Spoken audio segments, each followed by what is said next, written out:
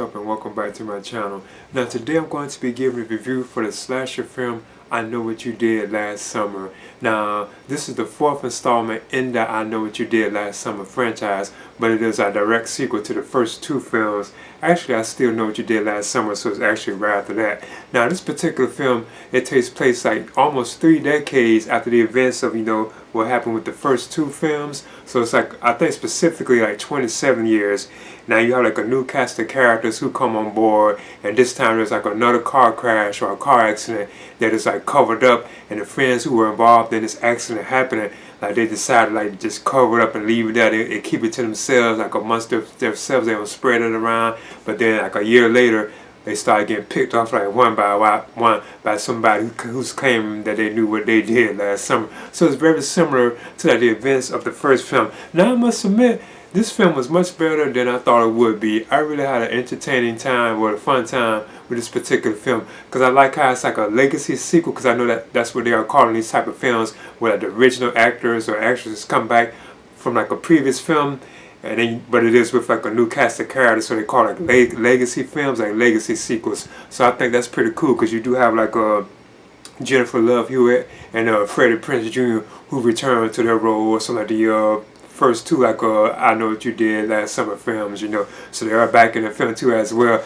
So the film, one of the things I thought was pretty cool about it, the killer at times does seem kind of weak or whatever, because they be beating them down and stuff like that, but they'll still come up and like kill them, I still thought at times that the killer could have been kind of weak, seemed like, but at the same time though, it was still like entertaining. Like the kills were exciting, even some of like the chase sequences were very tense and like thrilling. And like I say, the main like character this time is I think it's Madeline Klein. She plays Danica Richards. Yeah, Danica, I think that's how I pronounce it, Danica Richards. She's kind of, I guess you could say, like the protagonist of this particular film, like the main character.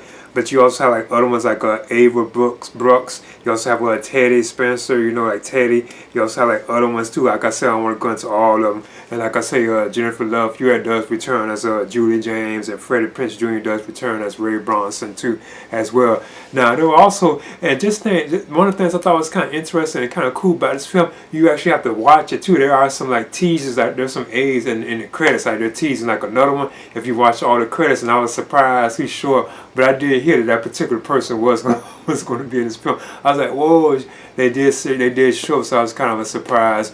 And then like I said, it does have some cool chase sequences. Some of the kills were awesome too, and it is like a standard slasher film.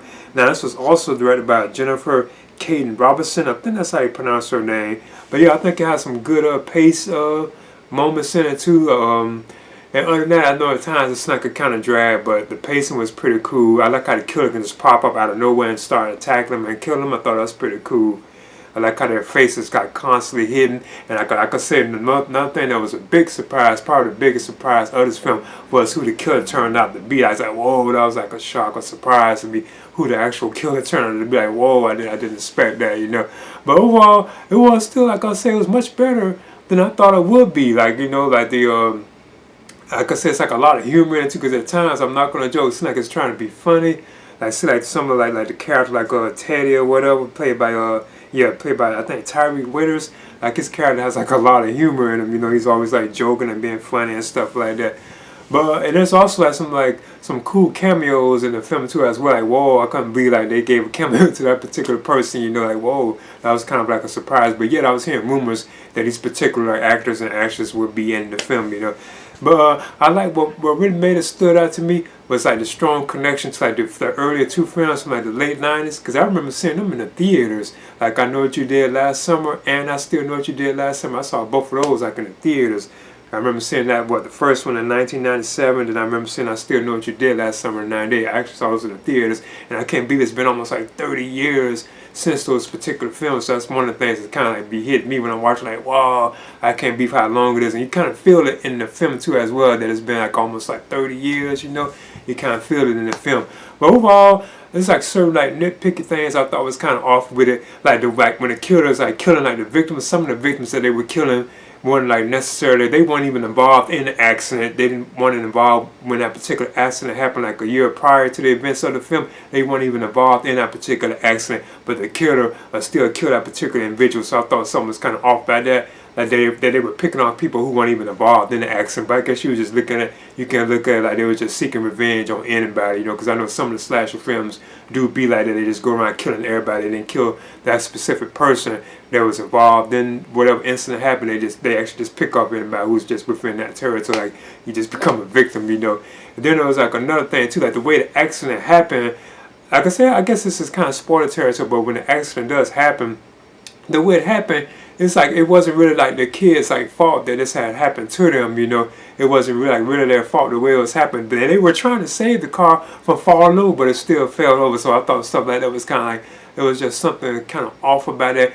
That the idea that this killer went to the other streams. I guess right there you can kind of see like who the killer turned out to be in the end once you see that.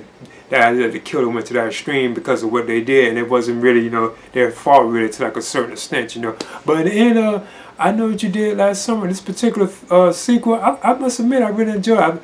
Like I said, I need to go back and look at the first two because I haven't looked at them in a long time, and I never got to see the third film like in the franchise. I know that the third one, I never got to see that one. I know it was also a TV show, but I never got to see like the one called I Always Know What You Did Last Summer. I never got to see that one.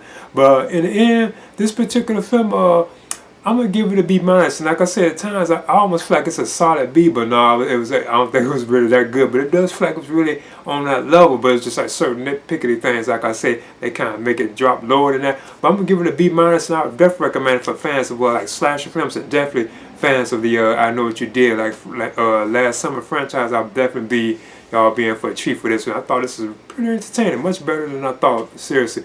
But yeah, please leave a comment and subscribe too as well.